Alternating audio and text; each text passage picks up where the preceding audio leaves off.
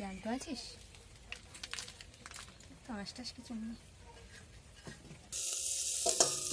নমস্কার বন্ধুরা, শুভ সকাল। কেমন আছো সবাই? আশা করছি তোমরা সবাই খুব ভালো আছো। বংনেচার টুক্কি চ্যানেলে আবারও একটা নতুন ভিডিও নিয়ে চলে এসেছি তোমাদের সঙ্গে শেয়ার করতে। তো আজকে একটু সকাল সকাল শুরু করলাম। তো এখন কিন্তু থালা বাসন মাজার পরে চলে যাচ্ছি পুকুর ঘাটে, তো চাল ধোয়ার জন্য। তো পরিস্থিতি যেমনই হোক, রান্নাবান্না খাওয়া দাওয়া কিন্তু এটা আমাদের করতেই হবে। তার উপরে এরকম বাইরে এসে বৃষ্টির ফাঁকে ফাঁকে কাজ না করলে বৃষ্টিতে ভিজতে হবে, তবুও করতে হবে, কিছু করার নেই। কারণ গ্রামের পরিবেশ, গ্রামের সমস্ত কিছু কিন্তু ঘরের মধ্যে নয়। এবার হ্যাঁ, যারা নিজেদের মতো করে নিয়েছে ঘরের মধ্যে সব কিছু ধোয়া, সব কিছু আর কি, জলের ব্যবস্থাটা থাকলে ঘরের মধ্যে সমস্ত কিছু হয়ে যায়। তো আমাদের যেহেতু সেরকম কোনো ব্যবস্থা নেই, তাই আমাকে কিন্তু আমাদের সবাইকে মোটামুটি বাইরে আসতে হবে। আর গ্রামের সবাই কিন্তু এরকম বাইরে ঘাটে আসে। আর এই হচ্ছে আমাদের গাছের দ্বিতীয় বেগুন। কিন্তু দ্বিতীয় বেগুন হোক আর প্রথম বেগুন হোক, সেটা বড় কথা নয়, মুরগি কিন্তু খেয়ে একে ঠিক জায়গায় রেখে দিয়েছে। দেখতে পাচ্ছ কি করেছে। তো এখন চাল ধুয়ে চলে এসেছি, এবার একটু উনানটা ধরিয়ে নিতে হবে। আর এই উনান ধরাতে গিয়ে আমার একটু বেশ সময় লাগে। তো মাঝে মাঝে তাড়াতাড়ি ধরে, আবার মাঝে মাঝে এতটা দেরি হয় যে আধা ঘন্টা প্রায় লেট। তো যাই হোক, দু এক সময় আমিও ফোনে দেখি, রান্নার ভিডিওগুলো যখন দেখি আমি, তখন দেখি একটা দেশলাই কাঠি ঠুকে দিলই তো কাঠগুলো ধরে গেল। তো জানি না পেছনের রহস্যটা কি, ওদেরও হয়তো এরকম সময় লাগে আমার মতো, সেটা শেয়ার করে না, হয়তো আবার লাগেও না। তো যাই হোক, এখন আমি কিন্তু যাচ্ছি বাবাদের বাড়ি। ফোন করেছিল বোন, সেই কারণে। তো বাবা গেছিলো মাঠে। তো কি কারণে মাঠে গেছিলো সেটাও একটু তোমাদের সাথে শেয়ার করব। এই যে দেখো, এখানে কিন্তু সবাই বসে আছে, বাবা মা বোন সবাই বসে আছে। আর এই যে দেখতে পাচ্ছ, এগুলো হলো মাছ, জাপানি পুঁটি, কই মাছ, মাগুর, শিঙি, লাঠা, আর ওই যে সাদা মাছটা ওটা নয়না মাছ। তো দেখতে পাচ্ছ, একে দেখে তো আমি অবাক। আমার টুসি আমার আগেই চলে এসছে মাছের গন্ধ শুঁকে। এটা একটা বিশাল ব্যাপারও, প্রায় সময় আসে। তো একটু আগে এসে নাকি বিস্কুট টিস্কুট খেয়েছে। আর এটা হচ্ছে নয়না মাছ, আর সাথে আছে শিং, মাগুর, লাঠা, কই, ট্যাংরা, মোটামুটি সব রকম মাছ আছে। আর বাবাকে জিজ্ঞাসা করছিলাম যে মাঠে কত জল। তো বাবা বলল যে বেশি না, হাঁটুর উপরে, বাবার হাঁটুর উপরে জল। তো মাকে আমি কালকে বললাম যে তুমি চলো, তোমার সাথে আমি যাব। তো মা আমাকে বলল অনেক জল, যেতে হবে না। তো মাঠে বেশি যাওয়া আসা ভালো না, তো মারও ভয় করে যেতে। তো যাই হোক, কিন্তু মা কিন্তু জালগুলো পেতে দিয়ে এসেছিলো। তবে হ্যাঁ, কী জাল সেটা পরে বলছি। তবে এটা কিন্তু ছিপ বেয়ে আর জাল ফেলে মাছ ধরা নয়, ফেলা জাল নয়। এটা কিন্তু পুরো ধানের ভিতর থেকে যে জালগুলো পাতে, কারেন্টের জাল, সেই জালগুলো।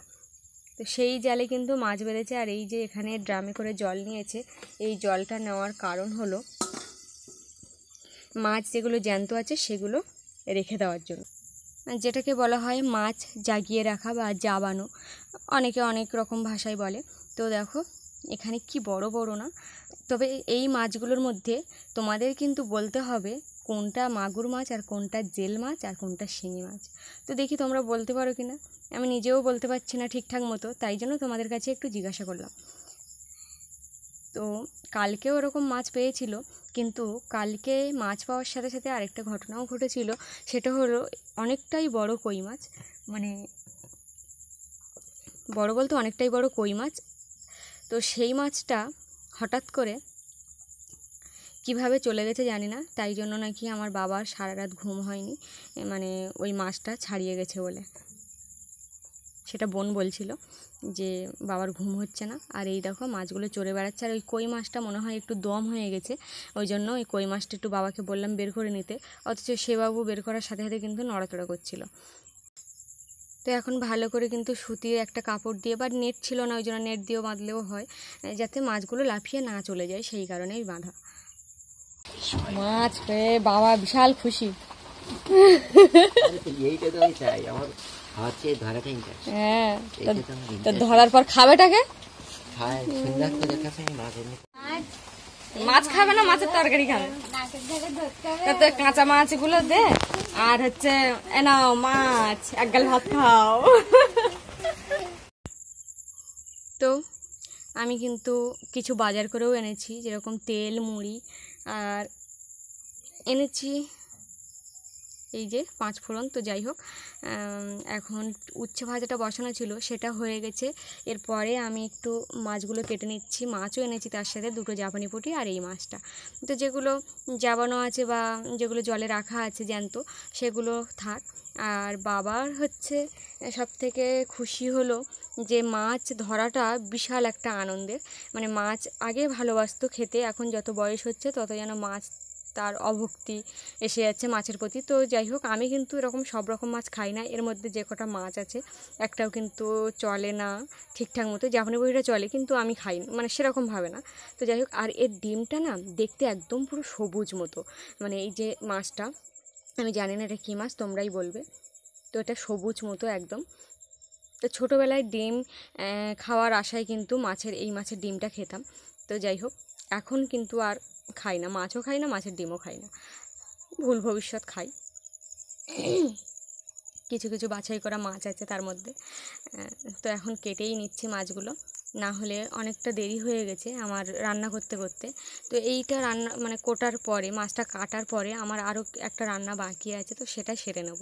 তো বন্ধুরা, আমার এই যে মানে মাছ, তো একটা দুঃখের বিষয় এখানে যে আমি তোমাদের না সেই মাঠে গিয়ে আর মানে জাল থেকে মাছ ছাড়ানোর যে সদ্য ভিডিওটা বা মানে যে দৃশ্যটা আর কি, সেটা আমি তোমাদেরকে দেখাতে পারলাম না।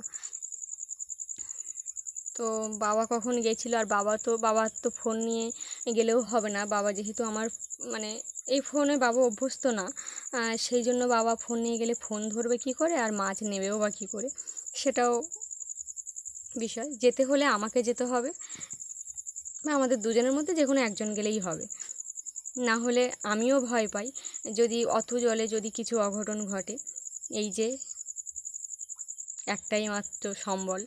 তো যাই হোক, এই মাছ কাটতে গিয়ে আমি আবার হালকা করে আমার হাতটাই কেটে ফেলেছিলাম, মানে এই যে উপর দিকটায় আঙুলে। ডিমগুলোকে বাঁচানোর জন্য ছাই লাগাচ্ছিলাম না, যে ছাই লেগে যাবে ডিমগুলোতে। তো দেখো, লাস্ট পর্যন্ত কিন্তু ডিমটাও বাদ দিলাম, ছাই লেগে গেছিলো, না হলে তো হাতই কেটে যাচ্ছিলো, স্লিপ করছিলো ওই জন্য। তো এখন জাপানি পুঁটিগুলো কেটে নিচ্ছি। আর আগের দিন মানে কালকে প্রচুর পরিমাণে কিন্তু লাঠা মাছ পেয়েছিল, শোল লাঠা এইগুলো। আর এই দেখো, আমি কিন্তু মাছ কেটে ধুয়ে কিন্তু নিয়ে চলে এসেছি, একদম পুরো রেডি। তো এই মাছগুলো আজকে রেখে দেবো, আজকে আর খাবো না, কারণ আজকে আছে পাঙাশ ট্যাংরা, আর পাঙাশ ট্যাংরাটা আজকেই শেষ। আর এই যে তেলটা ঢেলে নিচ্ছি, আজকে শেষ বলতে 3টে পিস আছে মাছের মোটামুটি। তো তেলগুলো ঢেলে নিচ্ছি, না হলে কিন্তু আমার মাছ ভাজাটা অসম্পূর্ণ থেকে যাবে। এই তেল ঢালার পরে মাছ ভেজে নিয়ে তারপরে কিন্তু আমি এই যে কচুর তরকারিটা দিয়ে মানে কচুটা একটু দিয়ে দিলাম। তো মাছ ভাজতে গেলেই কিন্তু মাছের তেলটা বেরোয়। আর এই কচুগুলো বাড়ির কচু না, একদম নয়, এগুলো বাড়ির নয়, এগুলো বাজার থেকে বাবা কিনে এনেছে যে ওই মাছটা দিয়ে খাওয়ার জন্য। তো একটু কচুটা ভালো করে ভেজে নিচ্ছি। আর এই যে দেখো, কচু ফুটছে, আর আমি তার মধ্যে মাছটা টুপুস টুপুস করে দিয়ে দিলাম 3টে পিস। আর কচুর ঝোলটা গাঢ় হওয়ার জন্য আমি কয়েকটা কচু গলিয়ে দিচ্ছি। তো আজকে উনুনটা যা জ্বলেছে, আর এখানে আমি আমার শাশুড়ি মায়ের মতো পেঁয়াজ ভাজা রেখেছি, তো সেই পেঁয়াজ ভাজাটা পরে কিন্তু দিয়ে দিচ্ছি। তো তরকারিটা কিন্তু আমার রেডি। তো বন্ধুরা, আজকের ভিডিওটা এই পর্যন্ত। ভালো লাগলে কিন্তু অবশ্যই একটা লাইক, শেয়ার, কমেন্ট আর সাবস্ক্রাইব করতে একদম ভুলবে না। আজ আসি, দেখা হচ্ছে পরবর্তী